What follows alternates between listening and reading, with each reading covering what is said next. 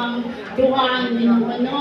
Kay wala gyud makakuan kung ayaw gyud tanig space sa matag isa kaninyo. Kinahanglan naa gyud ang Ginoo sa inyo nga.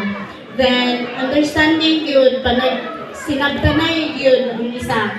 Then if ever ikaw room is ikaw man ang tulay sa imong side sa parents nimo bud sa imong kapil sa imong mga relatives, dapat ikaw gid ang dili kana bitaw may gamay nga mga panagbangin ninyo is dili jud ka pwede nga imong isulti dito sa imong side kay ikaw man ang bridge, ikaw ang tulay. So kung di na to mabalan kung unsa imong isumbong-sumbong dadto, so ang katong bride is dili na siya makadto sa imong side.